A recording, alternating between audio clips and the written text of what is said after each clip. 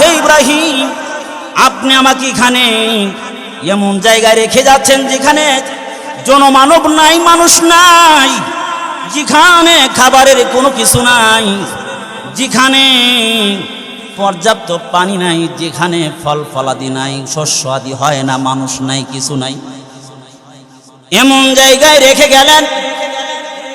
কই যাচ্ছেন আপনি? আমাদেরকে শিশু ইসমাইলকে রেখে, দুগ্ধপোষ্য বাচ্চাকে রেখে এই মরুপ্রান্তরে যেখানে মানব নাই, মানুষ নাই, কোথায় রেখে যাচ্ছেন? ইব্রাহিম কথা বলে না, ইব্রাহিম কথা বলেন না। হাজেরা আরো টেনশনে পড়ে গেলেন। হাজেরা দৌড়ায় দৌড়ায় তার পিছনে পিছনে যায়, ইব্রাহিমকে ডাকে, ইব্রাহিম পিছনে তাকায় না, পিছনে তাকাইলে মনটা দুর্বল হয়ে যেতে পারে। হাজেরা যখন দেখলেন, আইরে পয়গম্বররা কখনো তো নির্দয় হয় না, পয়গম্বর তো এমন নিষ্ঠুর হয় না, ইব্রাহিম তো এমন দয়াময়া শূন্য নয়, এমন নিষ্ঠুর নয়, কেন গো এমন আচরণ করছে? তখন ডেকে ডেকে বলে, ইব্রাহিম, এখানে যে রেখে যাচ্ছেন তাহলে কি মালিকের হুকুমে রেখে যাচ্ছেন? আপনি কি আল্লাহর হুকুমে রেখে যাইতেছেন নাকি আপনার ইচ্ছায় রেখে যাচ্ছেন? ইব্রাহিম পয়গম্বর কথা না বলে শাহাদাত আঙ্গুলে উপর দিকে উঠাইয়া ইশারা করলেন, বুঝাইলেন, মালিকের অর্ডারে তোমাদেরকে এখানে রেখে যাচ্ছি, আমার নিজের এর অর্ডারে নয়, আমার নিজের চাহিদার কারণে নয়। হাজরা তখনই কথাটা বলে ফেললেন, ইদান লা ইউদাইয়ানা,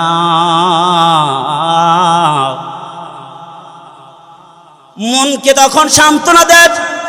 আল্লাহর কসম করে বলি, এমন রবের উপরে ঈমান আনছি যেই রব আমারে আগে খাওয়াইছে, এখনো খাওয়াইতে পারবে। যদি ইব্রাহিমের নিজের পক্ষ থেকে না হয়, ইব্রাহিমের রবের পক্ষ থেকে যদি এখানে রেখে যায়, যেই রব আগে খাওয়াইছেন, আল্লাহর কসম করে বলি, এই জায়গায় মানুষ না থাকতে পারে, আল্লাহর হুকুমে যদি আল্লাহ অর্ডার করে তাকে আল্লাহর হুকুমেই রেখে যায়, তাহলে মানুষ না থাকতে পারে, পানি না থাকতে পারে, ফল না থাকতে পারে, আমার আল্লাহ আমারে ধ্বংস করবে না। আল্লাহ রব্বুল আলামিন ইব্রাহিম পয়গম্বরকে কয়েকটা পরীক্ষা নিয়েছেন, অনেকগুলো পরীক্ষা নিয়েছেন, অনেকগুলো পরীক্ষা, যেই পরীক্ষার কথা সবগুলো বলা যাবে না, হাতে গোনা কয়েকটা পরীক্ষার কথা ইতিপূর্বে বলেছি, সামনেও আজকেও বলতেছি। আল্লাহ রাব্বুল আলামিন জানায় দেন কোরআনুল হাকিমে, ওয়া ইযিবতালা ইব্রাহিম রাব্বুহু বিকালিমাতিন ফাআতাম্মাহুন্না। আল্লাহ রাব্বুল আলামিন হযরত ইব্রাহিম পয়গম্বরকে যখন কিছু বিষয়ে পরীক্ষা করলেন, পরীক্ষা নিলেন, ইব্রাহিম আলাইহিস সালাতু ওয়াস সালাম ওই পরীক্ষাগুলোতে পাশ করলেন। আমার ভাইয়েরা, হযরত ইব্রাহিম আলাইহিস সালাতু ওয়াস সালাম বিবি সারাকে নিয়ে যাইতেছিলেন। ওই ঘটনার পরে হাজরাকে উপঢৌকন দেওয়া হলো। ওই যে গত সপ্তাহে বলতেছিলাম, হাজরাকে হযরত ইব্রাহিম পয়গম্বর যখন বিবাহ করলেন, হাজরার ঘরে হযরতে ইব্রাহিম আলাইহিস সালামের বয়স যখন 120 বছর। কত বছর? 120 বছর, বৃদ্ধ বয়স হয়ে গেছে, কোন সন্তান এখন আল্লাহ পাক দেন নাই। এমন বয়োবৃদ্ধ অবস্থায় আল্লাহ রাব্বুল আলামিন হযরতে হাজরার ঘরে একজন সন্তান দান করলেন। ইব্রাহিম পয়গম্বর যখন আল্লাহ পাকের কাছে হাত তুলে দোয়া করেছেন, আল্লাহ রাব্বুল আলামিন হাজরার ঘরে ইসমাইলকে পাঠালেন। ইসমাইলকে যখন পাঠালেন, আমার ভাইরা, এক ঘরে যদি 2টা বিবি থাকে, কারো দিনে 2জন 3জন বিবি থাকে, দেখবেন মহিলাদের মধ্যে এমনি স্বভাবজাত একটা হিংসা প্রবণতা আছে, ঈর্ষান্বিত হয়ে যায়। সারা চিন্তা করলেন, আমার ঘরে কোনো সন্তান নাই, হাজেরা আমাকে উপঢৌকন দেওয়া হয়েছিল, আমি ইব্রাহিম পয়গম্বরকে হাদিয়া দিলাম, বিবাহ করে নিল, আর আমার ঘরে কোনো সন্তান নাই, আমার ঘরে ছেলে সন্তান নাই। ইব্রাহিম পয়গম্বর থেকে বিবি হাজরার গর্ভে একটা সন্তান আল্লাহ পাক দান করলেন, যার নাম ইসমাইল। তাহলে হাজরা চিন্তা করলেন, আমার ঘরে কোনো সন্তান নাই, আমার ঘরে কোনো ছেলে সন্তান নাই, তাহলে ইব্রাহিম পয়গম্বরের সব ভালোবাসা তাহলে হাজরা পেয়ে যাবে, আমি তো তার ভালোবাসা সবটুকুনো নিতে পারবো না। তাহলে তো ইব্রাহিম পয়গম্বরের দিলটা হাজরার প্রতি ঝুঁকে যাবে, কারণ তার ঘরে সন্তান আছে। এই জন্য হাজরা একটু শান্তিত হয়ে গেলেন। আর মাঝে মাঝে বিরক্ত করে ইব্রাহিম পয়গম্বর বাহির থেকে যখন ঘরের মধ্যে আসে, তখনই হাজরা ডেকে বলে, ইব্রাহিম আপনাকে একটা কথা বলবো। আপনি সারা তখন ডেকে বলে, ইব্রাহিম আপনাকে একটা কথা বলবো। কি কথা? একটা কাজ করেন, একসঙ্গে দুইজন বিবি রাখা দরকার নাই। হাজরাকে কি করেন, জঙ্গলের মধ্যে রেখে আসেন, তার সন্তান সহ আমার লগে রাখবেন না। আমার ভাইয়েরা বলেন দেখি, একজন বিবি যদি অন্য একটা বিবির প্রতি শান্তিত হয়ে যায়, একটা আমার ভাইয়েরা ভালোবাসার পাত্রকে, একটা যে নাকি 120 বছর বয়সে বৃদ্ধ অবস্থায় আল্লাহ পাক মোহব্বত করে ভালোবাসা দিয়ে একটা সন্তান দান করলেন, বলেন দেখি কলিজার টুকরাই সন্তান ছোট্ট বাচ্চাকে সহ জঙ্গলে রেখে আসবে, এটা তো হতে পারে না। একটা দিলের মধ্যে একটা কি লাগলো, কষ্ট লাগতে আরম্ভ করলো। কিন্তু ইব্রাহিম কোনো কথা বলেন না, যাতে করে তাদের মাঝে ঝগড়া বৃদ্ধি না পায়, এই জন্য কোনো কথাও বলেন না। হঠাৎ করে আল্লাহ পাক জিবরাইলকে পাঠা দেন, ও ইব্রাহিম আল্লাহ আপনারে পরীক্ষা করবেন, চূড়ান্ত পরীক্ষা করবেন। আপনি কি আপনার সন্তানরে ভালোবাসেন, নাকি আল্লাহর ভালোবাসা আপনার বেশি? আপনার বিবির ভালোবাসা বেশি নাকি আল্লাহর ভালোবাসা বেশি? এখন আল্লাহ পাক বলেছেন, আপনার সন্তান সহ আপনি দূর দূর একটা জায়গায় জঙ্গলের মধ্যে আপনার সন্তান সহ বিবি সহ বনবাস দিয়ে আসেন এমন জায়গায়। আমার ভাইয়েরা, এখন যখন আল্লাহর ওয়াদার হয়েছে, পয়গম্বররা দুনিয়ার সব করতে পারে, কিন্তু আল্লাহর অর্ডার অমান্য করতে পারে না। আমরা তো আল্লাহর হুকুম হয়েছে নামাজ পড়ো, কিন্তু নামাজ না পড়ে বেড়াগিরি দেখায়, অন্যদিকে চলে যায়। এই যাকাত দাও, যাকাত না দিয়া বাহাদুরি দেখায়। আল্লাহ বলে ইনসাফ করো, ইনসাফ না দেখাইয়া বেড়াগিরি দেখায়।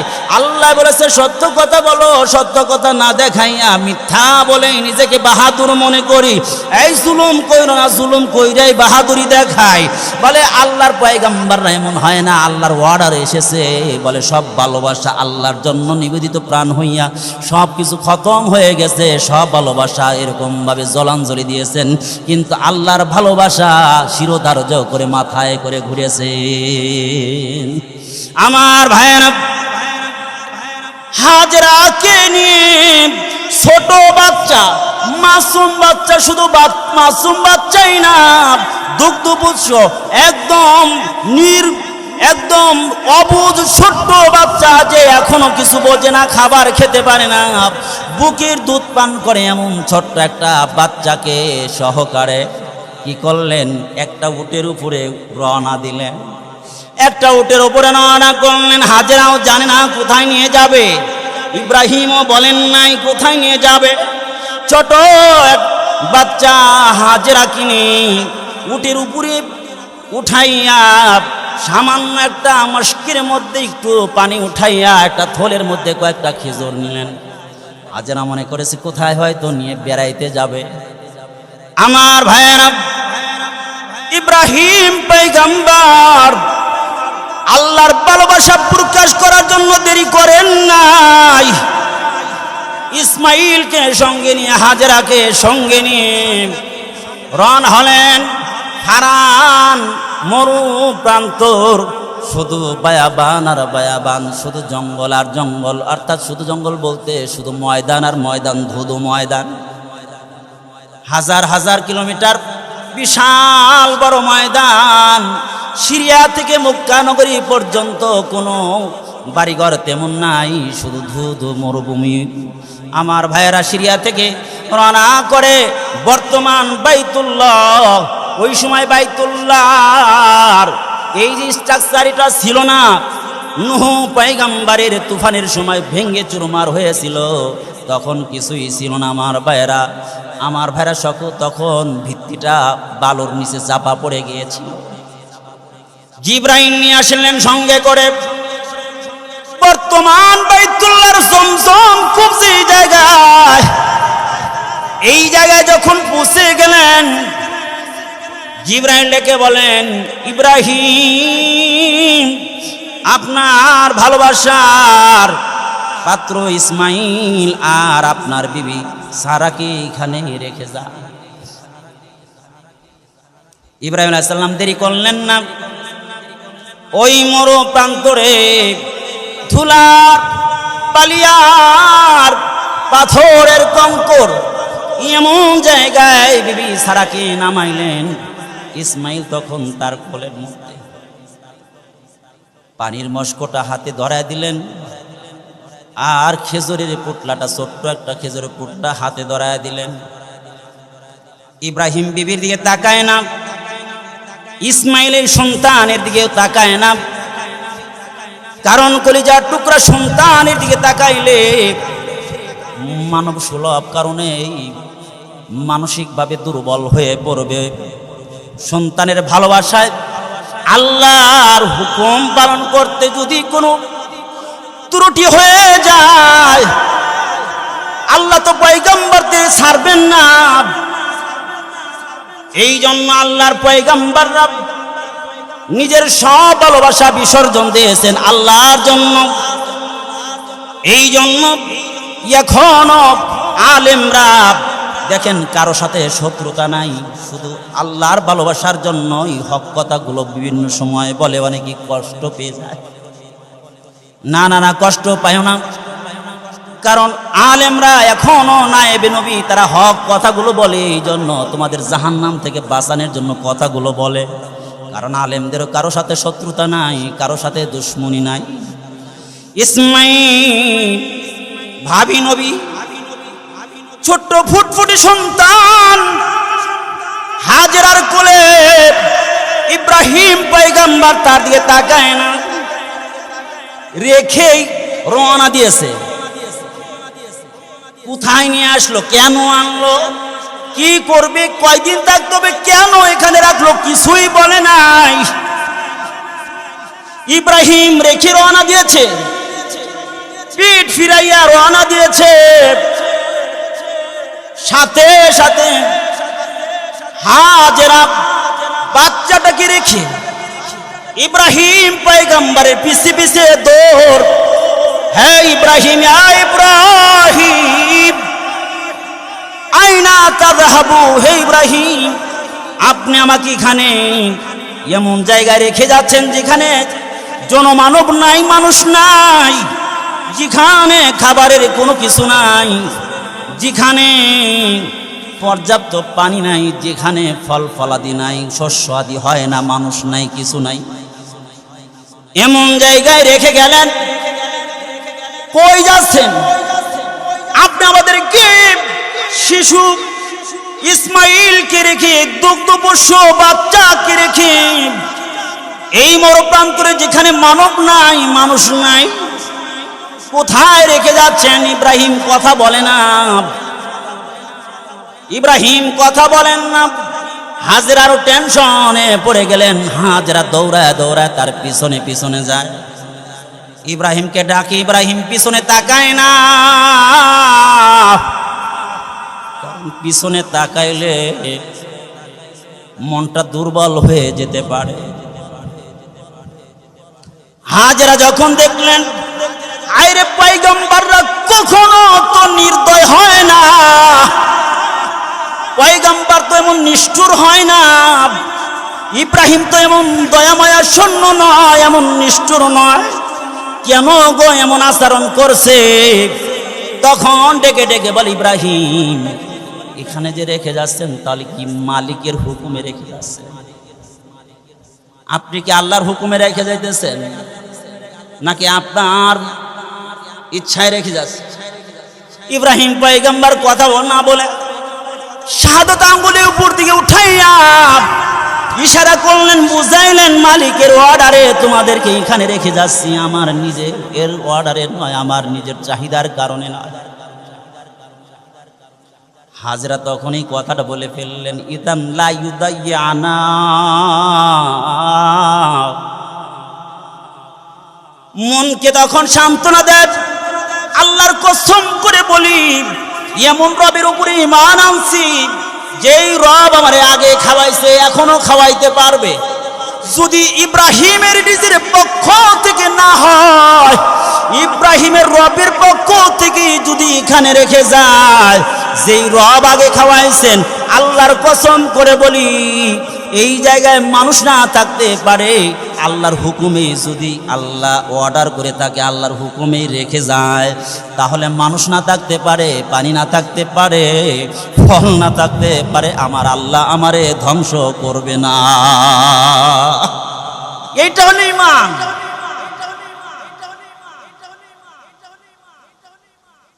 হাজেরা ঘুরে আসলেন, ইব্রাহিম পয়গম্বর তাকায় না। ইব্রাহিম যেতে যেতে যেতে যেতে যখন বুঝতে পারলেন হাজেরাকে আর দেখা যায় না, হাজেরাও আমাকে দেখতে পারবে না, ইব্রাহিমের অন্তরেও তো সন্তানের মায়া আছে না না, বিবির মোহাব্বত আছে না না, অন্তরটা তো কাঁদতেছে, কিন্তু আল্লাহর হুকুমে রেখে আসতেছে। যখন দেখেন এখন বিবিকে দেখা যায় না, এখন মোর ঘুরলে বিবি আর কাছে আসতে পারবে না, বিবি আমারে দেখবে না, সন্তানরে আমি দেখবো না, তখন ওই বাইতুল্লাহর দিকে মুখটা ঘুরাইয়া, কেবলাটা বাইতুল্লাহর দিকে বানাইয়া, মুখটা আকাশের দিকে দিয়া, দুইটা হাত আসমানে দিয়ে উঠাইয়া এইভাবে দোয়া করছেন। সূরা ইব্রাহিমের মধ্যে ওই কথাটা কোট করে আল্লাহ জানাইছেন, রব্বানা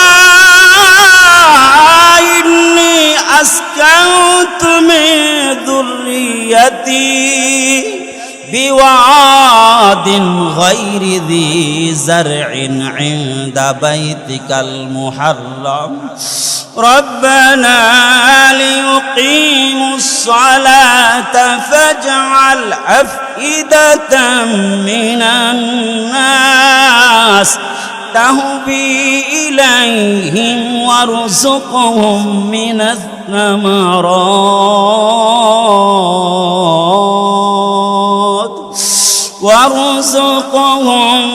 الثمرات لعلهم يشكرون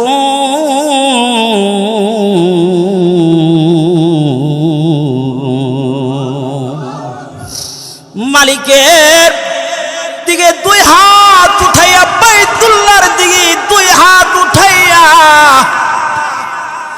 মালিককে ডেকে ডেকে বলে ভাঙ্গা কণ্ঠে, ভগ্ন কণ্ঠে, আল্লাহ তাআলার সাথে প্রেম আর প্রীতির ভাষা দিয়ে তখন বলতেছে, আল্লাহ ও রব্বানা। আল্লাহ বলেন নাই, রব বলছেন, ইন্নী আসকানতু মিন যুররিয়াতি, আল্লাহ আমার ফ্যামিলির লোকগুলোকে আমি রেখে গেলাম। কোথায় রেখে গেলাম? বিওয়াদিন, এমন একটা উপত্যকায়, গায়রি যী যারইন, যেখানে কোনো শস্য নাই, যেখানে কোনো আবাদ হয় না, যেখানে কোনো আবাদ নাই, ইনদা বাইতিকাল মুহাররাম, আল্লাহ এমন জায়গায় রাখলাম যেই জায়গায় তোমার সম্মানিত ঘর বাইতুল্লাহ, বাইতুল্লাহর বডি স্ট্রাকচার দেখা যায় না, কিন্তু বাইতুল্লাহর ফাউন্ডেশন মাটির নিচে এখানে আছে, সেইখানে রেখে গেলাম আমার প্রত্যেক ফ্যামিলির লোককে। আল্লাহ কি কইরো তোমারে, আমি তোমার কাছে কি দরখাস্ত জানাই, এটা তো এখন আরজি আসতেছে, রব্বানা লিয়ুকিমুস সালাহ, এই জন্য রাখলাম যাতে করে তারা নামাজ আদায় করে। আর তুমি কি কইরো? হেরা নামাজ পড়বো, তোমার ঘর আবাদ করব, তুমি একটা ফাজাল আফিদাতাম মিনান নাস তাহভি ইলাইহিম, আল দিকে আকৃষ্ট কইরা দিও, কারণ ওখানে মানুষ নাই, আমি তো রাইখালাম একা একা, মানুষ তো নাই। আর একটা কাজ কইরো, তুমি তো রিজিক দাও, কিন্তু দুনিয়া বিল ওয়াসাইল, দুনিয়া তো ওসিলার মাধ্যমে চলে, তুমি চালাও, কিন্তু আমি যেখানে রাখছি এখন তো যদি তুমি সরাসরি ব্যবস্থা না করো তাহলে উপায় নাই, তুমি যে কোনোভাবে ওসিলার মাধ্যমে হক বেউসিলা হক পৌঁছায় দিও। ওয়ারযুকহুম মিনাস সামারাত, আল্লাহ ফল দিয়া মূল দিয়া যা আছে রিজিকের ফয়সালা করো। সুবহানাল্লাহ। লাআল্লাহুম ইয়াশকুরুন, যাতে করে তারা শুকরিয়া আদায় করতে পারে। দোয়া করলেন, চোখের পানি ছেড়ে ছেড়ে আল্লাহর কাছে দোয়া করলেন। দোয়া করে উটনির উপর উঠা তিনি আবার সিরিয়ায় চলে আসলেন। সিরিয়ায় চলে আসছেন, আসার পরে বছরের পর বছর যখন চলে গেছে, আবার পরীক্ষা আল্লাহ আর একটা নিবে। আল্লাহ এবার পরীক্ষা নেওয়ার জন্য আল্লাহ তাআলা টিকি টিকি বলে, এবার যখন পরীক্ষা নেওয়ার জন্য আল্লাহ রব্বুল আলামিন তাকে আবার একটা পরীক্ষা নেওয়ার জন্য আল্লাহ রব্বুল আলামিন তাকে কি করলেন, একটা স্বপ্ন দেখাইলেন। আমার ভাইরা, স্বপ্নের মধ্যে দেখাইলেন তোমার প্রিয় বস্তুটা কুরবানি করো। কি করো? আমার ভাইরা, টাইম হবে না, ওই অধ্যায়টা আগামী জুমায় হবে। আমার ভাইরা এখানে রেখে আসলেন, এখানে কয়েকটা কথা আছে, কথাটা বাকি কথাগুলো শোনায় দেয়। যখন রেখে আসলেন, হাজেরাকে যখন রেখে আসলেন, এবার ছোট্ট বাচ্চা নিয়ে কয়েকদিন যখন অতিক্রম করলেন, খেজুরে শেষ হয়ে গেছে, পানিও শেষ হয়ে গেছে। এখন তো পানি নাই, খাবারও নাই। বলেন দেখি, মা যদি খাবার না পায়, পানি না পায়, তাহলে কি, তাহলে ছোট বাচ্চা দুধ পাবে? দুধ পাবে না। মার খাবার নাই, পানি নাই, মা খোদায় কাতর হয়ে গেছে, পিপাসার তৃষ্ণার কারণে যেন কলিজাটা ফেটে যাবে। ছোট বাচ্চাটাও পানির তৃষ্ণার কারণে, দুধের অভাবে ছোট বাচ্চাটাও ইসমাইল কান্না আরম্ভ করে দিয়েছে। হাজেরা শেষ পর্যন্ত চিন্তা করলেন, মানুষ নাই, জন নাই, পানির ব্যবস্থা নাই, খাবার নাই, কি করা যায়? শেষ পর্যন্ত নিজের জিহ্বাটা ইসমাইল, শিশু ইসমাইলের যখন মুখের মধ্যে দিয়েছেন, মা কতটুকু ভালোবাসে, সন্তানটা কত আদরের, মা সন্তানকে কত মহব্বত করে, কত ভালোবাসে। যখন জিহ্বাটা দিয়েছে, জিহ্বা দিয়েও কোনো লালা বের হয় না। তখন মা চিন্তা করলেন, পানির সন্ধান করি। ইন্নাস সাফা ওয়াল মারওয়াতা মিন শাইরিল্লাহ, মক্কার পাশে একটা পাহাড় আছে যেটা সাফা পাহাড়। হাজেরা যখন সাফা দিয়ে তাকাইলেন, তাকা দেখে পানি যেন ঝর্ণা পড়তেছে। যারা আমার ভাইরা গেছেন, মরুভূমিতে গিয়েছেন, বালুর এলাকায় গেছেন, চর দেশে গেছেন, দেখছেন নি প্রচন্ড গরমের সময় দেখেছেন, দূরে দেখা যায় যে পানি যেরকম ভাবে ঢেউ খেলতেছে, পানি যেন ঢেউ খেলতেছে এমন দেখা যায়। আমার ভাইরা, অনেক সময় দেখবেন বিশ্ব রোডের মধ্যে খালি জায়গা, দূরে তাকায় দেখবেন যেন পানির মতো দেখা যায়, ওটা পানি না, মরিচিকা। আমার ভাইরা, এই আমার ভাইরা, মরিচিকার কারণে পাহাড়ে পানির মতো দেখা যায়, আসলে পানি না। হাজেরা দৌড়া গেলেন, সাফার দিয়ে গেলেন, তা দেখে কোনো পানি নাই, পানি নাই। তখন আবার দৌড়ে আসছে, হায়রে বাচ্চা না তিনি মারা যায়। বাচ্চার কাছে এসে আবার মনে পর্বত দেওয়ার জন্য মারওয়া পাহাড়ের দিকে তাকায়, দেখে ওখানেও পানির মতো দেখা যায়। ওই জায়গায় গেলেন, কোনো পানি নাই। বন্ধুরে, তখন কি করবেন? একবার সাফায় যায়, একবার মারওয়ায় যায়, একবার সাফায় যায়, একবার মারওয়ায় দৌড়ায়। এইভাবে দৌড়াইতে দৌড়াইতে 7 বার যখন চক্কর লাগাইছে, 7 বার চক্কর লাগাইয়া দেখি কোনো পানির ব্যবস্থা নাই। ওই সময় হাজেরা তখন চোখের পানি ছেড়ে কান্না আরম্ভ করছে। হায়রে, এমন জায়গায় ইব্রাহিম রেখে গেল, আল্লাহর অর্ডারের কথা বলে এমন জায়গায় রেখে দিল যে জায়গায় পানি নাই। পানি তালাশ করলাম, পানি পাইলাম না। আমার মনে হয় জীবনের মতো আমি আজকে শেষ হয়ে যাব, আমার সন্তান যেন কলিজার টুকরা যেন আজকে মনে হয় শেষ হয়ে যাবে।